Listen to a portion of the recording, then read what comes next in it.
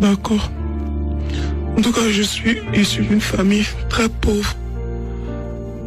Maman était une commerçante, mes soeurs se débrouillaient un peu. Et puis moi, une fois dans mes sorties, j'ai fait la connaissance d'une amie dont je tairai le nom. Et j'ai commencé à l'envier parce qu'elle avait tout. Elle avait tout. Elle était heureuse, elle avait un bon mari. Elle avait vraiment tout.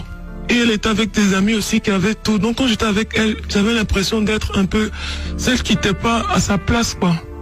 Donc je lui ai demandé... Elle avait tout, c'est-à-dire elle avait beaucoup d'argent. Elle avait un joli teint, elle avait l'argent, des voitures, des maisons, toujours l'argent. Et puis c'est toujours moi qui venais demander. Donc arrivé un moment là, ça me gênait un peu. Donc j'ai demandé à ma camarade là, celle que j'ai connue en premier.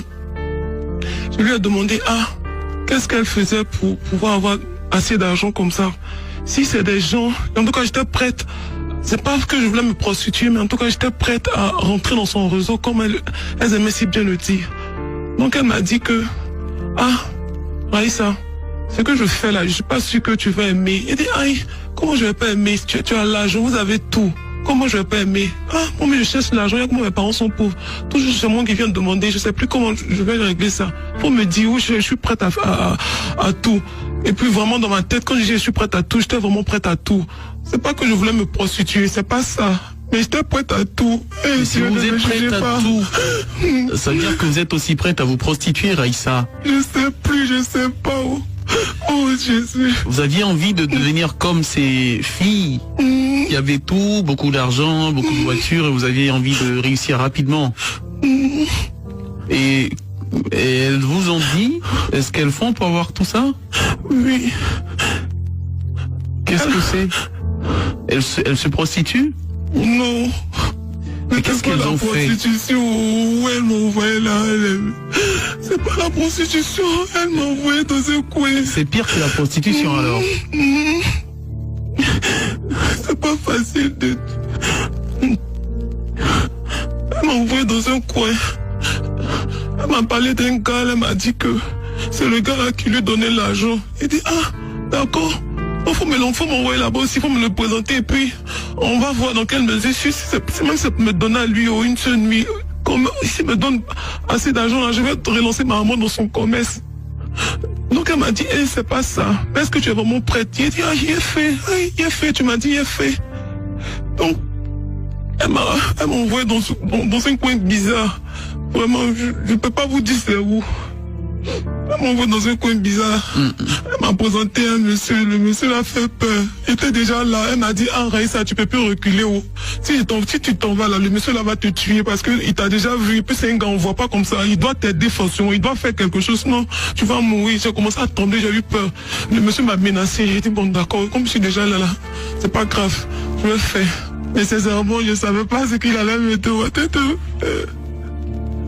C'est compliqué. Vous avez choisi de devenir riche et avoir tout le succès de vos amis. Elles vous ont bien prévenu, elles vous ont bien dit que ce qu'elles font, c'est pas tout le monde qui est capable de le faire. Mais j'ai dit, je savais pas, je pensais que c'était la prostitution, je pensais que j'allais me prostituer. Oui, je sais pas, monsieur, j'ai dit, Dieu.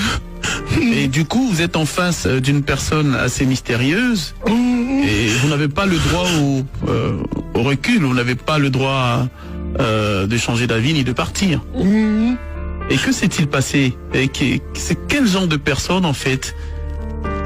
Un homme riche qui avait des pouvoirs ou bien qui vous demandait, qui vous proposait quelque chose de très indécent? Que s'est-il passé, Raïssa? Dites-nous s'il vous plaît. C'est pas un homme riche. C'est un marabout, un sorcier. C'est un homme mystique en fait. Et puis, il m'a dit que... Il m'a rien dit au début, il m'a rien dit, ils m'ont blagué. Et puis il a fait sauter un miroir. Il dit, ça c'est quoi? Il a commencé à trembler. Il a dit à mon ami là que si elle tombe comme ça, il va me lancer un son. Il dit bon pardon, je me suis calmé. Il a mis un miroir devant moi et puis il m'a dit que la première personne qui apparaîtra dans le miroir, de prendre le caillou à côté de moi et puis de casser le miroir. Il a dit Il dit, mon cas a commencé à battre. Il dit, mais si il casse ce miroir là, qu'est-ce qui va arriver? Il dit, la personne va mourir et puis je vais avoir l'argent. Alors, vous allez voir un mystique, un sorcier, comme vous le dites, qui vous propose de vous rendre riche, vous donner toute la gloire que vous recherchez à une vitesse que vous voulez, bien entendu. Il vous sort un miroir et vous devez lapider le miroir si une image apparaît. Mais vous ne savez pas, avant de lapider, quelle image apparaîtra. Ok. Maintenant, on était là, il a fait ces trucs, il a agité les trucs, il a appelé les esprits. Et puis, la personne qui est sortie dans le miroir, c'était ma maman. Wow. Jésus qui m'a envoyé là-bas. Dieu. Et qu'est-ce que vous faites à ce moment quand votre mère apparaît dans le miroir? Il dit que si je prends pas Caillou là, c'est moi qui vais mourir à sa place. Et puis d'ici et là, il y a pas beaucoup d'argent, il y a avoir tout. Et puis personne ne va savoir que c'est moi qui ai fait ça. Non.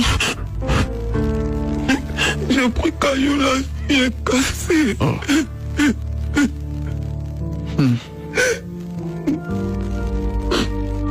Vous avez choisi de casser le miroir alors que c'était l'image de votre mère. Et qu'est-ce qui s'est passé après? Il a dit on n'a qu'à partir.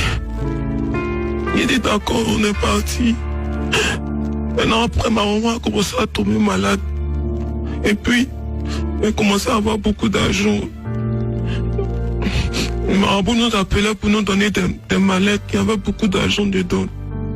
Moi je faisais semblant de soigner ma maman, mais il y avait mal parce que je savais qu'elle n'allait pas rester.